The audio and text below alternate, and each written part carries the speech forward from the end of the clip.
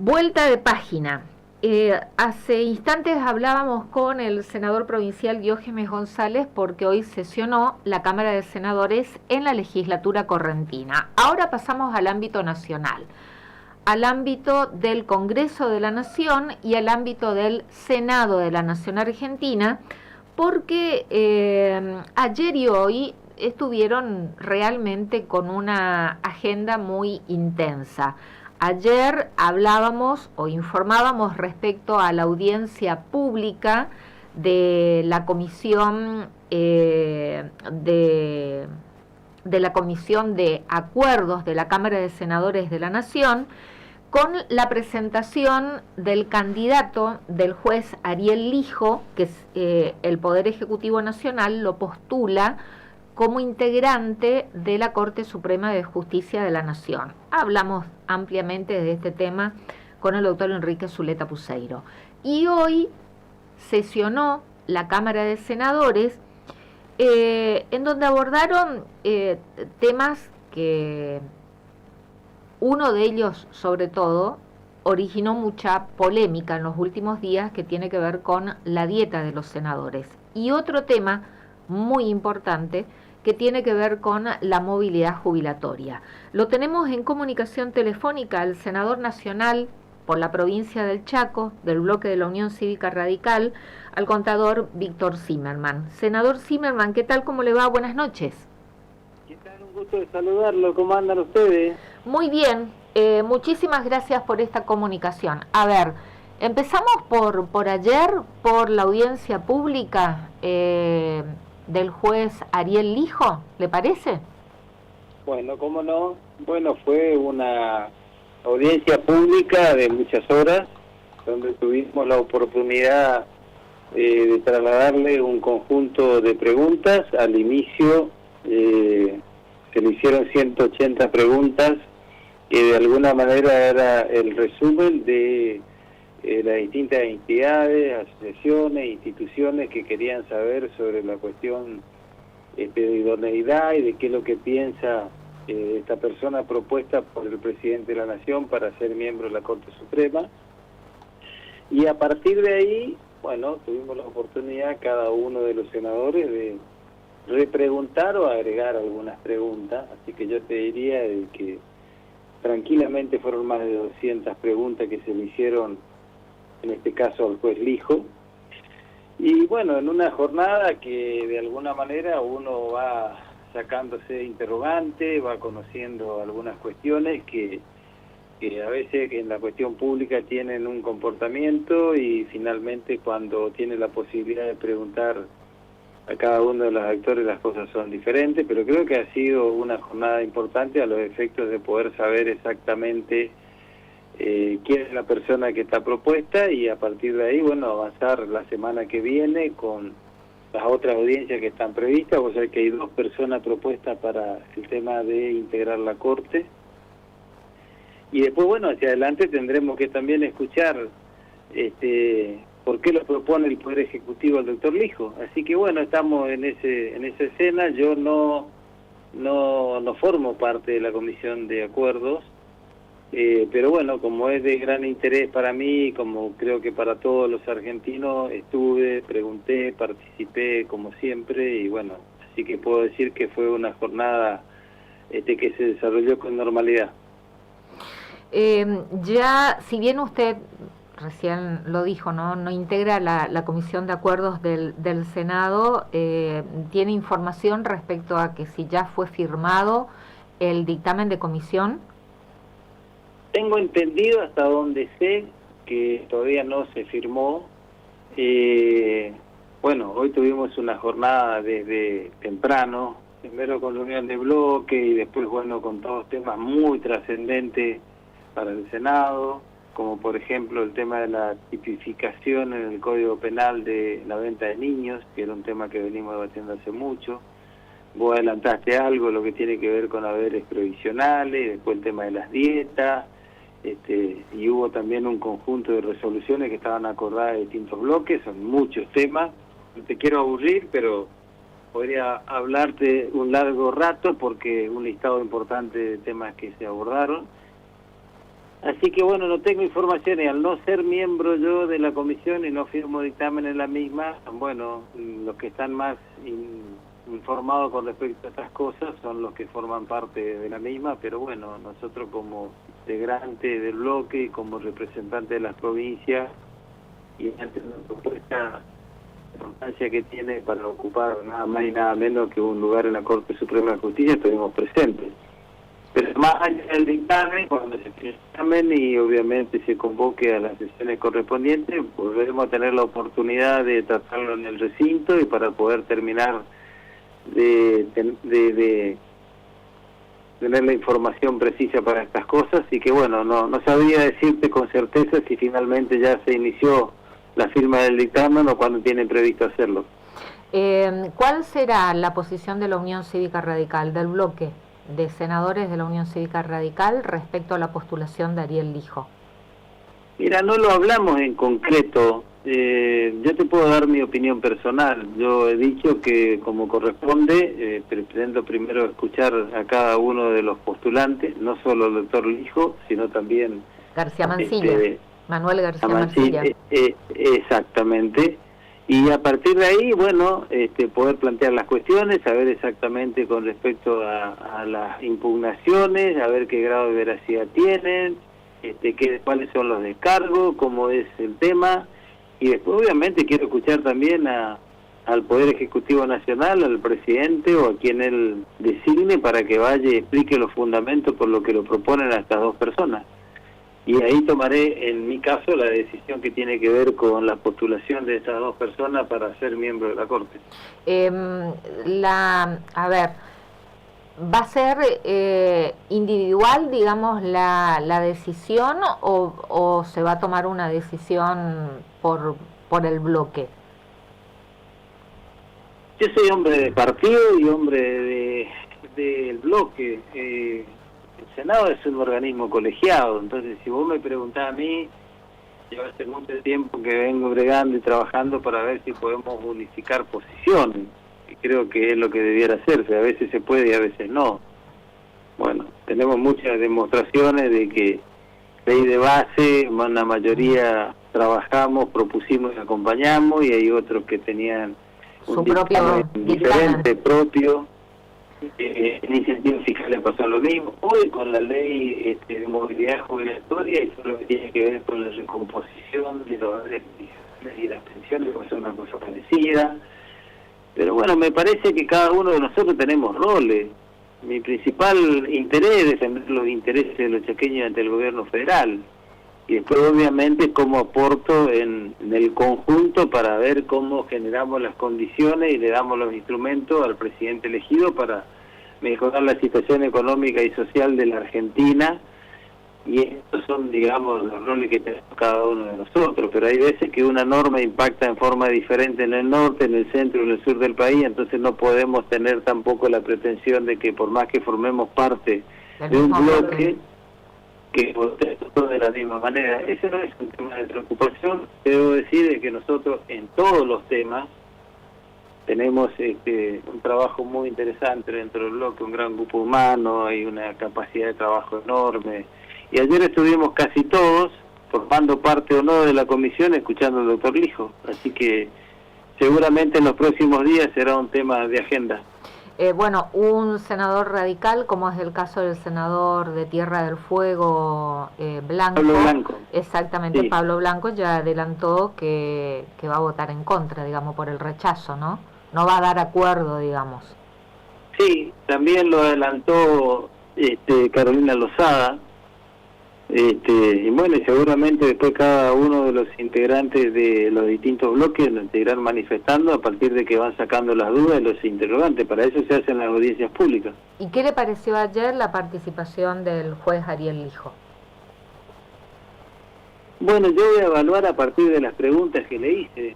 Él tuvo algunas reflexiones importantes. Por ejemplo, dijo claramente de que los jueces no deben estar solos para resolver causas.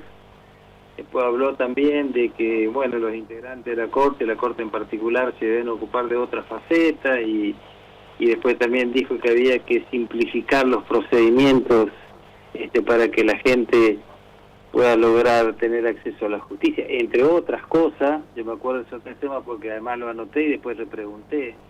Ahora, también le dije claramente al doctor Lijo que me supongo que usted tiene conciencia, doctor, igual que nosotros, que la gente dice, el ciudadano común, dice que la justicia penal en la Argentina es muy lenta. Y justicia lenta no es justicia. Esa es un poco la sensación. Hay realmente también un grado de desconfianza con respecto al accionar de la justicia, y en particular él tiene algunos comentarios de alguien que dice de que es un juzgado que no tiene mucha productividad y que, bueno, entonces le pregunté qué él proponía o qué iba a proponer básicamente si llegaba a ser miembro de la Corte. Esa fue una de las preguntas. La otra que le hice es qué opinión tenía él de los decretos de necesidad y urgencia. Y la tercera, que bueno, que también le pregunté sobre ley de coparticipación federal. Vos sabés que el artículo de la Constitución establece que es una ley convenio, una ley marco.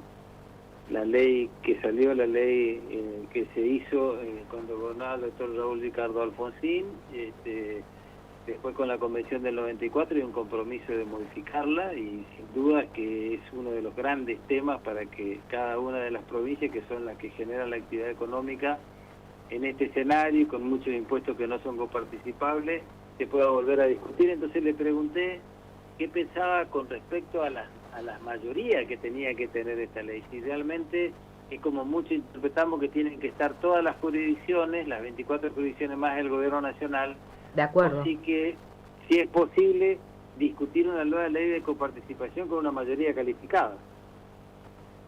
Claro. Bueno, tanto en el tema de los DNU y como en el tema que yo le planteé, bueno, el doctor Lijo fue muy prudente. Me dijo que hay algunas cosas que como juez federal él no podría dar opinión, y sobre todo si después va a la Corte, pero dejó como entrever de que se podría tratar teniendo una mayoría calificada, como cuando se hace los pactos fiscales de los gobernadores con el presidente, porque es muy difícil poder discutir que estén todos sentados de acuerdo, claro, para empezar a discutir ese tema.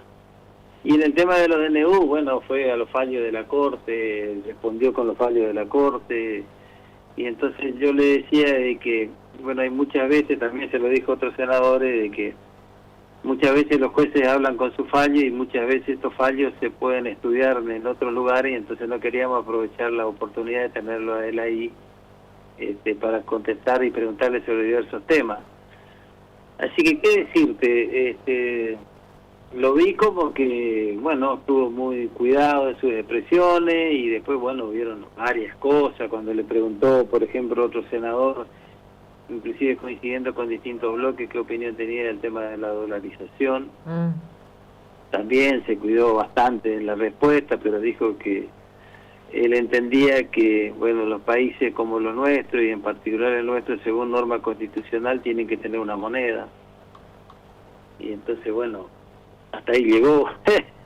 Hay que hacer interpretaciones, pero bueno, habrá que seguir en este tema, y después obviamente yo también quiero saber los fundamentos, porque también hubo otras preguntas y otras versiones con respecto a su actuación, con respecto al juicio de YPF, con respecto a lo de Formosa, con respecto a algunos escándalos de influencia con respecto al Poder Judicial, que dice que fue denunciado su hermano. Bueno, hubo de todo un poco, así que habrá que pasar en limpio y después finalmente tomar una decisión. Me parece que García Mansilla no va a ser tan polémica su postulación como la de Ariel Lijo, ¿no? Por lo menos mirando desde afuera y desde el análisis periodístico. Me parece que no va a ser tan cuestionado García Mansilla. ¿O estoy equivocada? Hasta acá es claro que no lo es, digamos. Es claro que no lo es. Los cuestionamientos... pero bueno, en algunas cuestiones, como tiene que ver con respecto a lo de Formosa, fue muy contundente su respuesta a los planteos del senador Poltroni. ¿Sobre reelección indefinida? No solo eso, sino sobre otras cuestiones que tienen que ver con este acuerdo de justicia, de denuncia penal con respecto a fondos que él contó que él lo llamó a declarar a Gildo, lo llevó a declarar al gobernador Gildo, y que después, bueno, fue la Cámara la que de alguna manera le planteó que tenga que mandar la causa para porque la quiso dividir, y la Cámara le hizo una objeción y le tuvo que mandar al juez federal en competencia en Formosa, porque la justicia también tiene una cuestión de federalismo, y que entonces él tuvo que cumplir con la orden que le dio la Cámara para que el juicio lo siga llevando, digamos, otro juez, el que tiene jurisdicción en Formosa. Y con el tema YPF dijo que bueno, que es un tema que en lo penal lo perjudicó, porque eso hizo que bueno el juicio civil vaya a los tribunales de los Estados Unidos. Con respecto a lo de Siemens, dice que obviamente la Cámara y después la Corte avaló el archivo de la causa, y entonces bueno, en esos temas que son los más publicitados y álgidos, y bueno, y sí, que de alguna manera tienen controversia, bueno, las respuestas de ese punto de vista fueron sólidas. Y su posición ahora sí, senador Zimmerman, respecto a que tendrían que ser postulaciones respetando la cuestión de género, ¿no?, para cubrir la vacancia que dejó Elena Hayton, y bueno... y la otra que todavía no se da. Y la otra que todavía no se da, pero que también desde algunos sectores reclaman que se tiene que respetar la cuestión de género, aunque no tengamos una ley que específicamente lo establezca, ¿no? ¿Cuál es su opinión al respecto? Bueno, yo comparto eso, pero eso no lo podemos reclamar al hijo. Y no. Esa es una decisión del presidente, que es el que tiene la facultad de proponer. Por eso, saliéndonos ya, digamos, de la postulación del hijo, sino su opinión particular respecto a esto, a respetar la perspectiva de género en la integración del de la máxima autoridad, ¿no?, del Poder Judicial, como es la Corte Suprema. Sí, yo creo que debiera haber sido así. Y después también, obviamente, hubo preguntas con respecto a la ampliación de los números de la Corte. Pero bueno, y hay algunos que confrontaron mucho, fueron muy fuertes a plantearle que él era una responsabilidad de por qué, si él está violando una norma, aceptando ese cargo cuando le correspondería a una mujer. Pero yo en eso creo que la facultad de proponer y de cumplir es la del Ejecutivo. Es la del presidente de la Nación, sin duda. Sin duda, esto es lo que yo creo. Ahora, dijo, sí. La postulación del hijo corta transversalmente a todos los bloques, digo, porque hay diferencias, ¿no?, dentro del propio bloque oficialista. Ya se han pronunciado en contra la propia presidenta del cuerpo y también el senador nacional. Varios senadores. Sí, oficialistas de La Libertad Avanza. ¿Corta transversalmente a todos los bloques la figura de Ariel Lijo? Yo creo que sí. Yo creo que al ser un hombre polémico, obviamente hay gente que está de acuerdo y gente que no. Y después es una situación rara, porque... ¿Rara desde qué punto de vista? ¿Es una facultad del presidente proponer? Sí. Ahora lo propuso y después pasó un tiempo importante para que de alguna manera se manden los pliegos y que se convoque a las audiencias públicas. Bueno, por lo menos no es lo tradicional, digamos. Entonces es como que llama la atención, porque si hubiese un interés tan marcado de parte del Poder Ejecutivo para poder integrar, me parece que normalmente, o por lo menos siempre ha sido así, no digo que sea lo más correcto, digo que ha sido así, es que bueno, después el Poder Ejecutivo, vía a las decisiones del presidente de la Nación, las que aceleran los tiempos. Claro. Y esto no ha ocurrido, entonces hay muchas cosas que de pronto, el cambio de forma, los perfiles, llaman la atención y provocan lo que vos estás diciendo. Y después, bueno, alguno tendrá alguna otra data que yo no tengo y tendrá alguna preferencia diferente, que es lo normal que pase en un cuerpo colegiado. Y creo que eso es lo que está pasando, lo que pasó hasta ayer, o lo que pasa con la postulación del doctor Lijo. Bueno, pero el Senado está funcionando y A sobre full, todo a full. totalmente el funcionamiento de las instituciones como debe ser, con Así es. mayorías y minorías, cada uno con su opinión, y ya en algunos temas como el que hoy se le dio la media sanción respectiva a un proyecto que ya venía con media sanción de diputados, ahí sí ya entramos en el tema de la movilidad jubilatoria, en donde Sí. el Ejecutivo Nacional, es decir, el presidente Javier Milei, ya salió a adelantar que va a vetar esta ley, ¿no? Que tiene su facultad de veto, por supuesto, pero nuevamente Bien. expresándose con mucha virulencia y carga de agresividad, tratándoles a ustedes, los legisladores nacionales, ya sea diputados y senadores que aprobaron este proyecto, como degenerados fiscales. Bueno, algunos de nosotros creo que no nos cabe ese calificativo. Primero y principal, porque yo en la Comisión de Presupuesto y Hacienda y en la Comisión de Trabajo y Previsión Social fui muy claro. Trabajé en base a un documento de la Oficina de Presupuesto que pregunté al equipo económico y al gerente ejecutivo del ANSES y al funcionario que fue de parte de Jefatura de Gabinete si estaban de acuerdo con el documento ese, donde hace el costo fiscal del proyecto de media sanción de diputados, artículo por artículo, y me dijeron que estaban absolutamente de acuerdo, más allá de que en el documento dice que lo trabajaron en forma conjunta entre la Oficina de Presupuesto del Congreso y información que mandó el Poder Ejecutivo.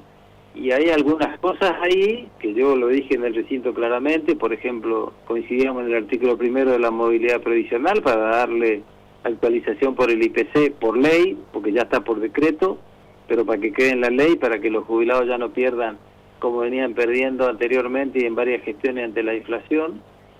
Ahora, el artículo segundo de productividad, digamos, que compara el RITE con el IPC todos los meses de marzo. Si vos haces un ensayo del 2023 a través de distintos métodos que lo hace el documento de la OPC, no tiene costo fiscal.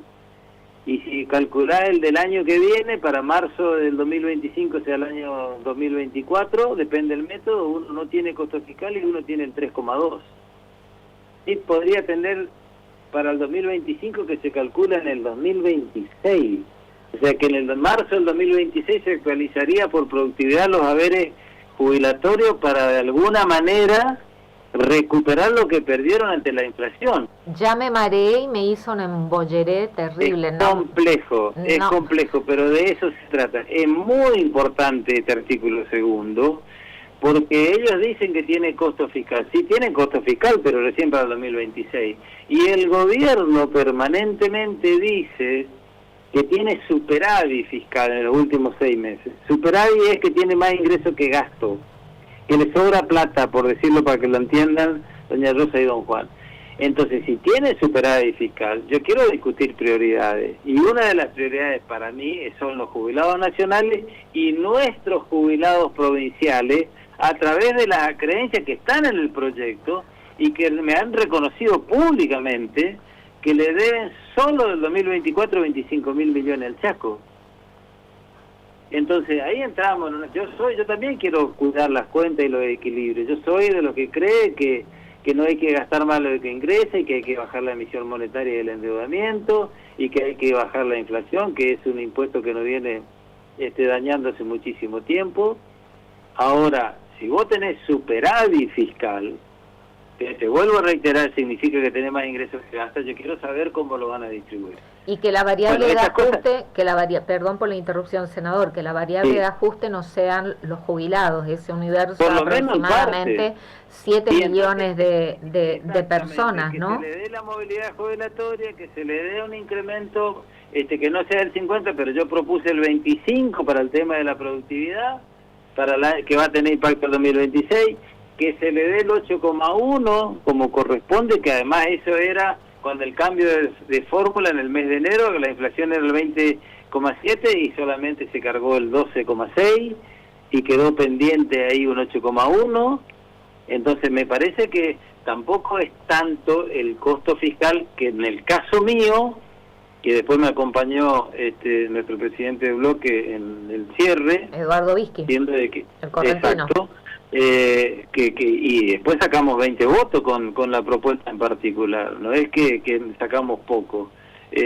Ahora, y después el tema de las cajas provinciales, el proyecto de media sanción de diputados no agrega costo fiscal con respecto a las cajas provinciales, y hace un cuadro de cuánto se le debe acá a su provincia, se le debe hace muchísimos años, Claro, que no pasó, que no pasó al Estado de la Nacional. Nación. Exactamente. Bueno, entonces el proyecto de media sanción que discutimos hoy no le agrega costo fiscal por ese artículo, porque las deudas están devengadas, son obligaciones porque esas deudas se originan a través del pacto fiscal que en el 2017 firmaron los gobernadores y el presidente de la Nación, y se iban dando anticipos, y para algunas provincias se dieron más anticipos y para otras no se dieron nada. Y el proyecto... Entonces eso no tiene costo fiscal. Por eso yo difiero con el planteo del oficialismo, y lo digo con números y a las pruebas me remito. Se aprobó la media sanción, ¿fue tal cual, vino en revisión de diputados o se le introdujo alguna modificación? Nosotros le propusimos modificaciones a algunos senadores, del artículo 2, del artículo 4 de la canasta básica, que sí tiene un costo fiscal más importante, y bueno, obviamente no fueron aceptadas las modificaciones, se votó y bueno, la mayoría de los senadores votaron por sacar el proyecto completo. Nosotros creíamos de que era necesario un poco equilibrar y darle sí el 8,1, la movilidad provisional, la productividad un poco más reducida. Bueno, finalmente eso no se pudo hacer. Ahora también debo decir que esto que yo te estoy contando a vos, nosotros lo dijimos en el recinto y en las comisiones del primer día. Y bueno, yo hasta el momento de la votación nunca recibí ni un llamado del gobierno, ni alguien que se haya interesado por modificar alguna cuestión. Así que evidentemente ya tenían decidido de que iban a esperar que cada uno resuelva y después vetar, o no sé qué es lo que van a hacer. Y respecto a esta decisión que ya fue anticipada por el presidente Javier Milei de vetar esta ley, como otras más, como la del financiamiento para las universidades nacionales, ¿no?, que también ya lo adelantó y que fue aprobado en la Cámara de Diputados de la Nación la semana pasada. Es una facultad que tiene el presidente y allí se agota constitucional. Y se agota allí, digamos, en caso que lo llegue a hacer, ¿no hay otra instancia en que las cámaras puedan convalidar su decisión? Puedan convalidar o pueden rechazar, pero ante una mayoría tan abrumadora, 2/3 en las dos cámaras, a ver, nosotros en general votamos a favor todo, tuvo casi unanimidad. Lo que nosotros estábamos hablando recién es en particular. Sí, en general hubieron 8 votos en contra. Después 60. ¿Cómo? Creo que hubieron en general, cuando se votó en general, creo que solamente 8 votos en contra, 68. Inclusive hay senadores del propio oficialismo que votaron con nosotros.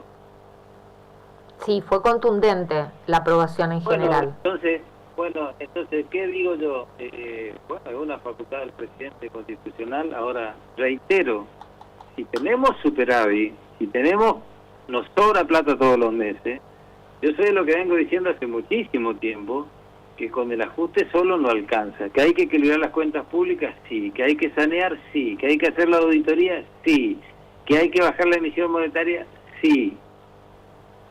Pero también hay algunos compromisos de deuda como este que vienen siendo devengados hace muchísimo tiempo, que el gobierno nacional tiene que cumplir con parte de ese superávit que tiene.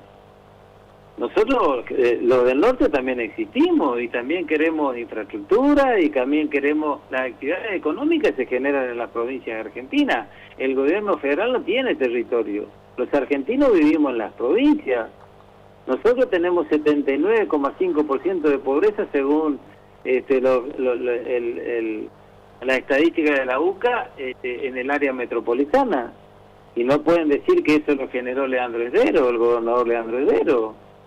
Entonces, si el gobierno nacional tiene superávit, pero no nos paga a nosotros los fondos que me reconocieron públicamente de las cajas previsionales, bueno, escúchame, yo entiendo que hagan la auditoría, ahora les pido que la aceleren por favor y que empiecen con los anticipos como eran antes, porque nosotros también queremos de alguna manera darle un acompañamiento y una mejor prestación de servicio a nuestros jubilados provinciales, como seguramente lo querrán hacer ustedes.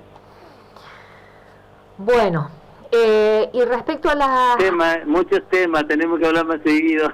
Sí, yo es cierto, no lo estaba convocando porque la verdad que hace no, el caso Loan, no tiene no lo interpreto, no para ponerle un poco de otra cosa, porque si no, viste, qué sé yo. No lo interpreto mal, nosotros estamos, la verdad, es un sinceramiento de esto y ya lo dije en reiteradas oportunidades, ¿no? Concentramos la agenda periodística en el caso Loan, ya estamos próximos a cumplir 70 días y fuimos dejando de lado el tratamiento de otros temas, ¿no? Que bueno, ahora ya los estamos reintegrando nuevamente a la agenda, por eso es que no lo estábamos convocando, al contrario, yo le agradezco a usted es senador nacional por la provincia del Chaco, pero la verdad que le agradezco porque siempre tiene el celular abierto y está abierto a responder todas las preguntas y a tratar todos los temas.